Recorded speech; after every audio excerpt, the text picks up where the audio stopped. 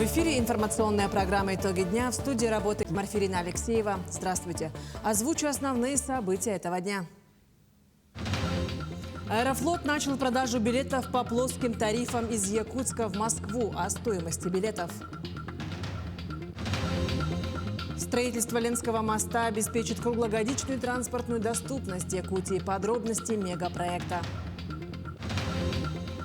В Якутске частично перекрыли движение транспорта на участке улицы Аюнского от улицы Дежнева. Подробнее о движении. В Якутске стартовала ежегодная выставка «Медэкспо». Каких врачей можно пройти на выставке?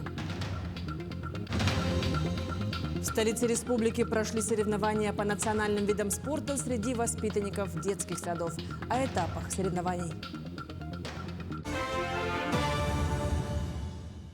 Глава Якутии Айсен Николаев вошел в число управленцев с очень сильным влиянием, заняв 16-ю строчку рейтинга. Агентство политических и экономических коммуникаций опубликовало доклад «Рейтинг влияния глав субъектов России. Российские регионы и региональная политика» в марте 2025 года. Из дальневосточных руководителей регионов в числе управленцев с очень сильным влиянием вошли губернаторы Приморского и Хабаровского краев. На первых 3 строчках мэр Москвы, глава Республики Татарстана и губернатор Санкт-Петербурга. Вопросы реализации социальных проектов обсудили на рабочей встрече глава Якутии Айсен Николаев и глава Нерюнгринского района Роман Щегельняк. Одним из проектов в рамках мастер-плана Нерюнгринской городской агломерации является строительство нового детского лагеря «Мужество». Разработана документация строительства лагеря на 500 мест в одну смену. В ближайшее время должны получить заключение госэкспертизы. Также Роман Щегельняк доложил о ходе ремонтных работ в образовательных учреждениях района.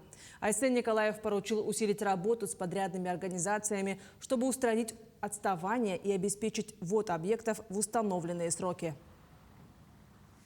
Аэрофлот начал продажу билетов по плоским тарифам из Якутска в Москву. Билеты по данному тарифу можно приобрести на перелеты с 15 мая как в одну сторону, так и туда-обратно. Цена перелета из Якутска в Москву составляет 18 100 рублей, туда-обратно 30 100 рублей. На один рейс предусмотрено примерно 30% билетов по фиксированной цене, остальные будут продаваться по коммерческим тарифам. Ограничений на покупку авиабилетов по плоскому тарифу не установлено. Возраст, гражданство, наличие прав на льготы не имеет значения.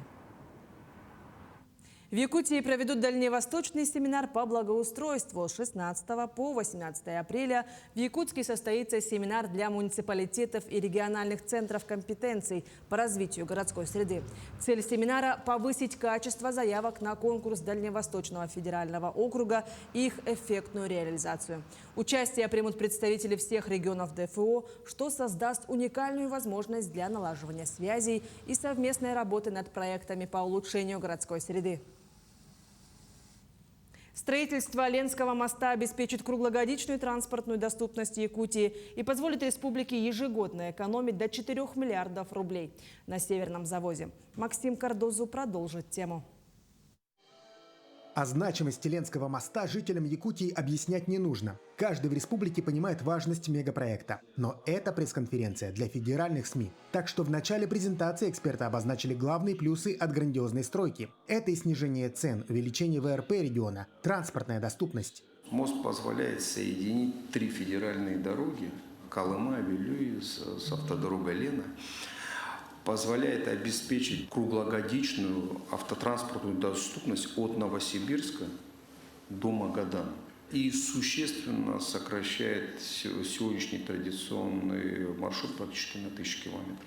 Конечно, любая такая стройка века – это прежде всего мощный драйвер для промышленности и для науки. И, конечно, прежде всего для местных компаний, для местной науки, которая имеет огромную экспертизу, мировую экспертизу по вечно мерзлым грунтам, по строительству в таких условиях, ну и, конечно, для развития технологий. Особый интерес у журналистов вызвал конструктив. Масштабы моста поражают. Высота центрального пилона почти с Эйфелеву башню. Мегастройка идет на вечной мерзлоте, да еще и в суровых климатических условиях. Представители СМИ интересовались, как инженеры учли и сложную паводковую ситуацию на Лене. Паводковая или доходная ситуация обуславливает необходимость максимального расстояния между опорами моста. Сейчас пролеты составляют 840 метров. Это сопоставимо с мостом Золотой Рог в Владивостоке. Такое расстояние между опорами позволяет избежать затора льда, а соответственно уменьшить паводковый риск на прилегающих территориях.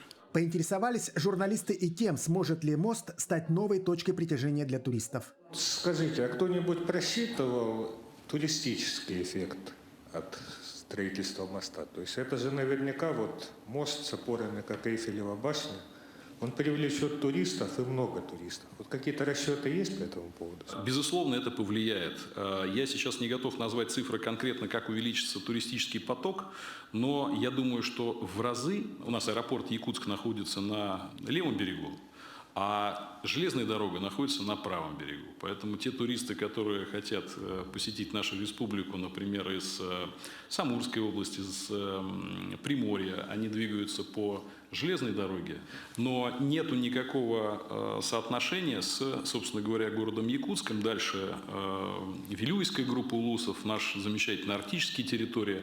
Там, безусловно, приходится переправляться, используя паромную переправу, и отзывы, конечно, разные. Строительство моста должно завершиться в 2028 году, и его открытие, безусловно, станет общенациональным событием. А значит, у журналистов федеральных СМИ будет повод не только рассказать о Ленском мосте, но и приехать в Якутию в гости. Максим Кардозу, Виктор Олесов, Москва. В Якутске частично перекрыли движение транспорта на участке улицы Аюнского. Временные ограничения связаны с реконструкцией дороги, а также капитальным ремонтом улично-дорожной сети. Подробнее о том, какой участок будет перекрыт и на какой период, расскажет Тимур Колмогоров. Участком ремонтных работ стал промежуток улицы Аюнского от перекрестка с улицы Дежнева до Сайсарского моста. На данный момент начались первичные работы по снятию старого асфальтного покрытия, которое было уложено еще при основании моста в 2012 году. Как вы можете заметить, транспортное движение на участке улицы Аюнского еще полностью не закрыто. Но как только дойдет дело до установки различных коммуникаций, ее полностью перекроют. Работа также будет вестись по замене канализационных труб, газопровода, электросети и связи. Всего планируется поменять около 200 метров дорожного полотна. Будем по половине проезжей части закрывать, и пропуск транзитного транспорта все равно будет осуществляться. В общем, техники 32, рабочих и механизаторов 50. Капитальный ремонт улицы и моста проходит в рамках программы комплексного развития транспортной системы Якутска до 2032 года. По ней же зарегистрированы 15 объектов, из которых уже на 4 ведутся строительно-монтажные работы. По остальным объектам ведутся подготовительные работы. Это у нас завоз инертных материалов, получение ордеров на земляные работы, согласование проектов организации дорожного движения. То есть на полную готовность к СМР выйдем в начале мая. Индикаторные объекты текущего года у нас контракт до 31 октября текущего года. Ограничения на проезд будут действовать до 30 ноября 2025 года на участке улицы Аюнского. В конечном итоге капитальный ремонт повысит не только безопасность, но и комфорт передвижения по одному из важнейших маршрутов столицы. Тимур Колмогоров, Георгий Григорьев, Якутск. Достижения местного здравоохранения представили в Якутске. 9 апреля в торговом комплексе «Кружало» стартовала ежегодная выставка «Медэкспо. Здоровье и красота». Участниками выступили около 30 представителей организаций и компаний из разных регионов страны. Тему продолжит Саргалана Неустроева. Даже в постковидное время, когда общественные мероприятия только начали набирать былую массовость, выставка «Медэкспо» уже собирала порядка 1500 гостей. Все потому, что в эти дни любой желающий может пройти консультации врачей, которым не попасть просто так в обычные дни, бесплатно. Специалисты у нас сегодня участвуют. Это офтальмологическая больница, это у нас центр лечебной физкультуры, фтизиатрия, дерматовенеролог, невролог, нарколог и многие другие. Особенно много гостей ярмарки изъявило желание проверить состояние здоровья своих глаз. Только за первую половину рабочего дня специалисты республиканской офтальмологии обследовали порядка 60 пациентов. Мы работаем на 3 аппаратах. Изначально проверяем зрение, первая аппаратура. Дальше идет измерение внутриглазного давления, бесконтактный метод. Второй аппарат называется авторефрактометр, показывает примерную рефракцию глаза, плюсовую либо минусовую. Свою передовую технику также представили и специалисты Республиканского центра реабилитации и спортивной медицины. Прямо здесь, на месте, они могут применить свои аппараты, направленные на улучшение кровообращения, снятие усталости и стимуляцию работы мышц. Магнитотерапию я знаю, получала раньше тоже. Поэтому я вот сразу пришла целенаправленно к ним. Ну, эффект у него накопительный, с одного сеанса ничего не будет, но он очень полезный. Получить на ярмарке можно даже справку от нарколога. Здесь же можно узнать о своем ВИЧ-статусе, пройти экспресс-тестирование на наличие гепатитов, туберкулеза и ряда других инфекций. Но и это еще не все. На выставке вас могут обучить тому, как оказывать первую медицинскую помощь. Мастер-класс проводят студенты Якутского медицинского колледжа.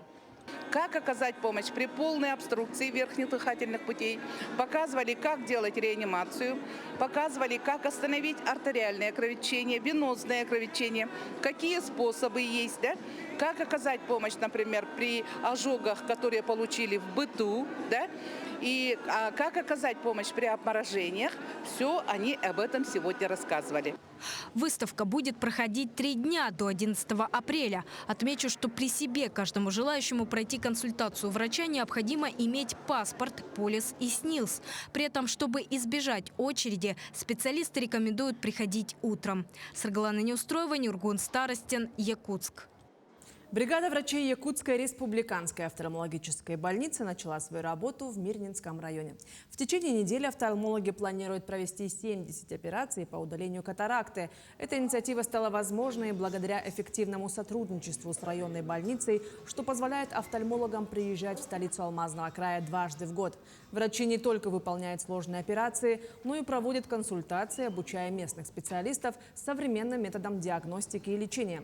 Следующие операции запланированы на сентябрь текущего года. Операция у нас проводится без круглосуточной госпитализации. Пациент приходит утром в больницу, оформляется, немножко отдыхает в палате, конечно, кровать ему предоставляется.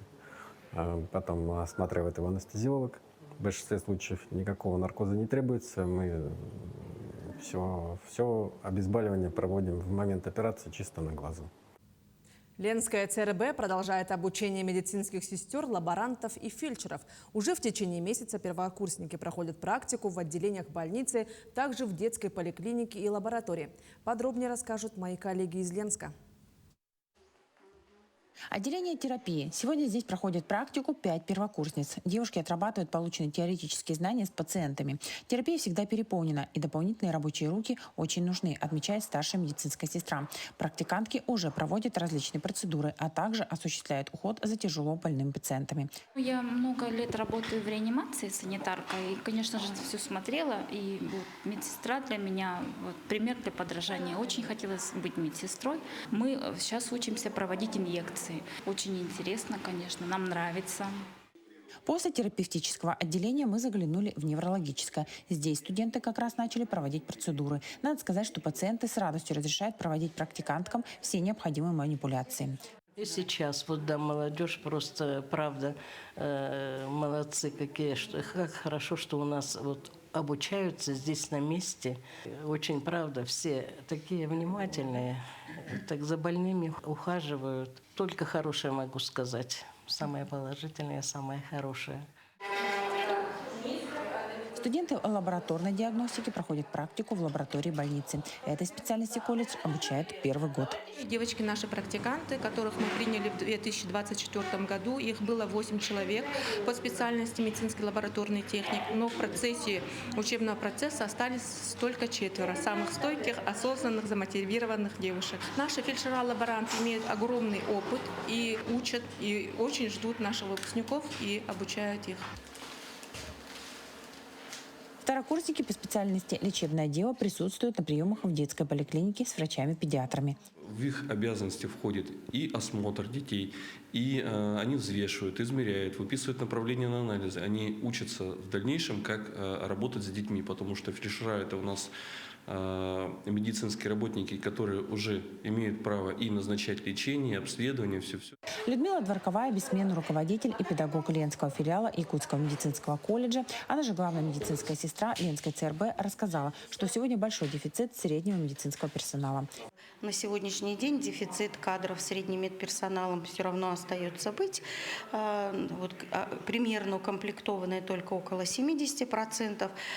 Поэтому наша программа, наверное, и наша задача никогда не закончится, подготовка молодых специалистов, потому что мы в этом постоянно нуждаемся.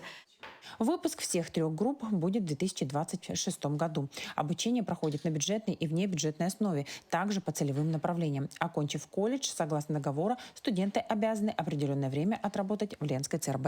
Светлана Балеева, Виталий Андреев, Ленск.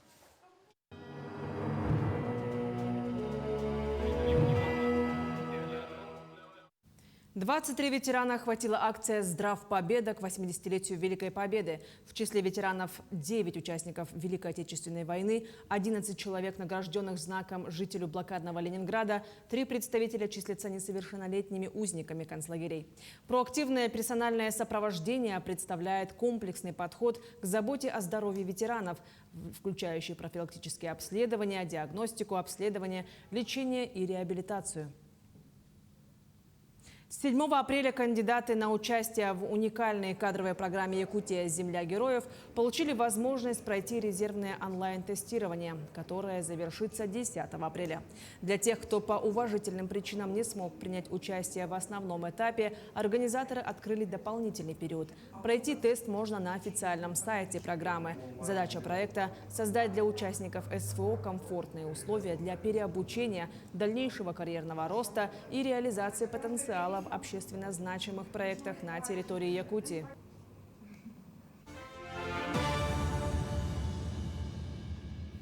«Жизнь для меня – удовольствие». Такова главная тема месячника психологического здоровья, который идет в Алданском политехникуме. Последние недели наполнены разными яркими событиями, полезными для всех участников учебного процесса. Какими, узнали наши корреспонденты. Участие в творческом конкурсе дает импульс к дальнейшему развитию и совершенствованию мастерства. В этом убеждены 4 студентов Алданского политехникума. Недавно ребята вернулись из Якутска, где представляли свои таланты в региональном этапе Всероссийского фестиваля «Студенческая весна». Мероприятие было достаточно интересное. Много талантливых детей, людей, студентов. Кто-то исполнял свои композиции, которые придумали сами. Конкурс в Якутске очень понравился. Очень такой хороший, достойные соперники были, противники. К сожалению, я ничего не занял, но получил шикарный опыт. Очень приятно, что в нашем техникуме обучаются талантливые студенты. Принимают они активное участие не только региональных, не только всероссийских мероприятиях, и во всех мероприятиях. Студенты политехникума действительно не только талантливые, но и активные. Во всевозможных мероприятиях и акциях они участвуют с энтузиазмом. К слову, жизнь в кузнице кадров на события богата, особенно в последние недели. В настоящее время в политехникуме идет месячник психологического здоровья. Месячник, он, конечно, ориентирован на сохранение, на профилактику, в первую очередь, психологического здоровья. Ребята уже приняли участие в диагностике, поэтому уровень тревожности, уровень самооценки, уровень безопасности образовательной среды, блок студенты и уровень групповой сплоченности наших студентов мы посмотрели. Найти себя в этом мире – именно так звучит задача, поставленная в рамках месячника. Комплекс мероприятий направлен на создание в коллективе безопасной среды и формирование у молодежи основ грамотного поведения. Конечно же, кураторские часы на тему «Каждый важен», потому что в рамках месячника, конечно, важные вещи. Это профилактика и буллинга, это профилактика различных интернет-мошенничеств, для того, чтобы ребята понимали, какие опасности подстерегают их в данный момент времени. Наряду с созданием безопасной среды в числе целей месячника профилактика девиантного поведения обучающихся и актуализация их личностных ресурсов. В достижении поставленных целей специалисты воспитательного отдела тесно взаимодействуют с кураторами, преподавателями и мастерами производственного обучения. Часть мероприятий посвящена пропаганде здорового образа жизни. Участвовали они уже в игре, квиз, игра «Тропой здоровья», где как раз мы пытались через игровую деятельность снова восстановить все важные вещи, связанные с гигиеной жизни, с режимом сна и отдыха и многими другими вещами. Также приняли участие ребята в викторине психологической на развитие критического мышления, рисуют газеты на тему «Жить здорово». Акцент наставники по-прежнему ставят на повышение мотивации студентов к учебе. В марте двое юношей представили политехникум в 10-м региональном чемпионате профессионального мастерства для лиц с ограниченными возможностями здоровья «Обилимпикс». А преподаватели кузницы кадров присутствовали на конкурсных площадках в качестве экспертов. Площадки были на разных колледжах и техникумах Якутии. Один студент у нас по специальности открытые горные работы принял участие, попробовал себя, скажем так, в компетенции администрирования баз данных. Второй студент участвовал в городе Нерингри, в ЮИТК была площадка по компетенции ремонт и обслуживания автомобилей. Студент, первокурсник по специальности машинист на открытых горных работах по профессии, и он занял 5-е место среди 8. В канун юбилея Великой Победы центральной остается тема патриотизма, любви к родине и уважения к истории. Продолжается реализация социальных и благотворительных акций, которые стартовали ранее. Было положено начало и новым проектам, направленным на поддержку различных категорий граждан. Вяжут сети для участников СВО, делают свечи. То есть это тоже важная направленность. Продолжаем работать через школу лидеров с нашими участниками студенческих активов, потому что отрабатываем, прокачиваем лидерские навыки. Комплекс мер по психологической разгрузке разработан не только для обучающихся, но и для преподавателей и мастеров производственного обучения. Основной целью этих мероприятий является профилактика эмоционального выгорания. И родители, конечно, не остаются в стороне, потому что и диагностика для родителей предусмотрена, и уже проходят родительские собрания, в частности, и выездное родительское собрание в город Томот. До финиша месячника остается чуть больше недели, и этот период тоже будет наполнен событиями и мероприятиями, полезными для всех участников учебного процесса. Татьяна Вахнина, Сергей Шипачев, Александр Лукин, Алдан. В столице республики прошли соревнования по национальным видам спорта среди воспитанников детских садов Якутска. За первыми атлетическими достижениями юных горожан наблюдала моя коллега Эржена Гармаева. Чемпионами не рождаются, чемпионами становятся. Но чтобы достичь успеха в мире спорта, начинать нужно с молодых ногтей. Конечно, в республике с уникальной культурой, как Якутия, заботятся о том, чтобы знакомство с национальными видами спорта начиналось как можно раньше. Есть закон Республики Саха-Якутия национальных видов спорта, где прописано, что этими видами спорта должны заниматься все образовательные организации, а дошкольное образование тоже входит туда. И вот поэтому я пришла сюда, в Центр национальных видов спорта имени Василия Манчара. В то время Кочнев был жив, и тогда с того времени мы заключили соглашение и начали работу. Первые подобные соревнования состоялись в 2016 году. Тогда, по словам организаторов, количество детских садов, принявших участие, не достигало и 10. Сейчас же, чтобы попасть на городские состязания, нужно пройти отбор на уровне округа. Настолько велик интерес. Поэтому подготовка в детских садах ведется постоянно. У нас, получается, в детском саду 4 вида по национальным видам. Это тройной прыжок кобах, прыжки через нарты и настольные игры кёрчах и регей и хабылык. Вообще детям нравятся в целом все виды, но больше всего, конечно, подвижные, потому что дети любят двигаться. То есть это прыжки. Это подтверждают сами дошколята. Я люблю прыгать, и Виктория Васильевна меня научила прыжки через нарты. Мне нравится вот кобах. Там 3 прыжка, и мне нравится. Судили юных спортсменов настоящие профессионалы. Они по достоинству оценили потенциал подрастающего поколения. Очень прыгучие дети есть. Это у нас уже подпитка у нас будет, как спортивный резерв. Сейчас тоже выбрали ребят, с родителями уже поговорили некоторых, они подойдут. Это очень радостно, что с детского возраста мы уже подбор идет. В командном зачете лучший результат показали воспитанники детского сада промышленного округа. А у других ребят будет возможность проявить себя в следующем году. Эржена Гармаева, Джулустан Иннокентьев, Якутск.